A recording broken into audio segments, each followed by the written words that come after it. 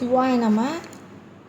ஈசன் திருவருளால் நீங்கள் பார்க்குற இந்த ஆலயம் நேபாள நாட்டில் முஸ்தாங் மாவட்டத்தில் அமைந்துள்ள இமயமலைச்சாரலின் கிட்டத்தட்ட சைனா பக்கத்தில், சைனாவோட என்ட்ரன்ஸ் பக்கத்தில் இருக்கிற இந்த ஆலயம் முக்திநாத்.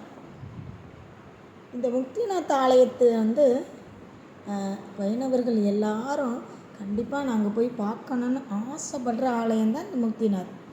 மொத்தம் உலகத்தில் 108 திவ்ய தேசங்கள் இருக்குதாகவும் இருக்குது. அந்த 108 திவ்ய தேசங்களில் இது 106வது திவ்ய தேசமாகவும், 107 108ங்கிறது 107வது பாதாள லோகமாக, 108 வைகுண்டமாக வைணவர்களால் பூஜிக்கப்படுற ஆலயம். இந்த இந்த இந்த தண்ணி என்ன சொல்கிறாங்க, பாவக்குளமாகவும், அடுத்து இருக்கிற இன்னொரு தொட்டி மாதிரி அவங்க கட்டி வச்சுருக்க இந்த புண்ணிய குளமாகவும் சொல்லி இந்த 2 குளத்துலையும் கண்டிப்பாக -7 டிகிரி செல் குளிர். அப்படி இருந்தாலும் அனைவரும் இந்த குளத்தில் குளித்து அதுக்கப்புறமா முக்திநாதரை தரிசனம் பண்ணுறாங்க. இந்த பாக்கியம் எங்களுக்கு சாமி எங்களுக்கு கொடுத்ததுனால கிட்டத்தட்ட எத்தனாயிரம் கடல் மட்டத்திலேருந்து 3710 அடி உயரத்தில் இருக்கிற இந்த முக்திநாதரை தரிசனம் பண்ணுறதுக்காண்டி நாங்கள்லாம் தரிசனம் பண்ணி பேரானந்தப்பட்டோம். இந்த முக்திநாத் நதியில் நாத்து பக்கத்தில் கண்டகி நதி, இது என்ன சொல்கிறாங்கன்னா காளி அம்மனோட காளியன் நதின்னு சொல்கிறாங்க, காளியம்மாள் அப்படின்னு இந்த நதியை சொல்கிறாங்க. இந்த கண்டகி நதியில் சால கிராம கல் கிடைக்கிது. அந்த சால கிராம கல்லால் தான் இந்த கருவறையில் இருக்கிற இந்த பெருமாள் நாராயணனை வடிவமைச்சிருக்காங்க, சுயம்பு மூர்த்தி.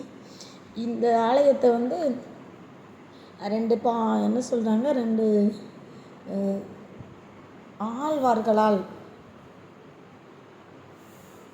எந்த ஸ்ரீதேவி பூதேவியுடன் பெருமான் அருள்பாலிக்கிறார், திருமங்கை ஆழ்வாரும் பெரிய ஆழ்வாரால் பாசுரம் பாடப்பட்ட ஸ்தலம் இந்த ஸ்தலம்.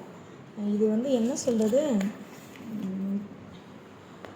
இதுக்கு பக்கத்தில் சப்த ரிஷிகளும் ஜனாகதி மக ரிஷிகளாலையும் ஆராதித்த இந்த எம்பெருமானாகிய ஸ்ரீமன் நாராயணன் தம்மை தரிசிப்பவர்களுக்கும் முக்தி கொடுப்பதாகவும், இந்த பார்த்திங்கன்னா இது கோயிலுக்கு வெளியே 108 திவ்ய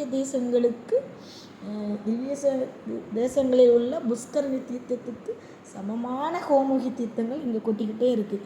இந்த 108 இந்த தண்ணியில் நீராடி அதுக்கப்புறமா தான் அந்த பாவ குளத்துலையும் புண்ணிய குளத்துலையும் நீராடியதுக்கு அப்புறமா இந்த முக்திநாத் ஈசனை தரிசித்தால் பெருமான் நமக்கும் ஒரு முக்தியை அளிப்பார் அப்படிங்கிறது வைணவர்களால் நம்பப்படுகின்ற அசைக்க முடியாத நம்பிக்கை உள்ள ஆலயம். சாமி ரொம்ப தூரத்தில் அமைஞ்சிருக்காரு. இவரை பார்க்குறதுக்கு போகிற பாதைகள்லாம் ரொம்ப கஷ்டப்பட்டு தான், வண்டியெல்லாம் எப்படி தான் வண்டி ஓட்டுறாங்கன்னு தெரியலை, கஷ்டப்பட்டு தான் வண்டி எல்லாம் போகுது.